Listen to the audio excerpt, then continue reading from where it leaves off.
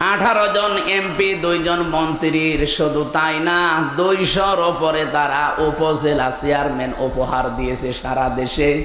একটাও কোনো দুর্নীতি করে নাই।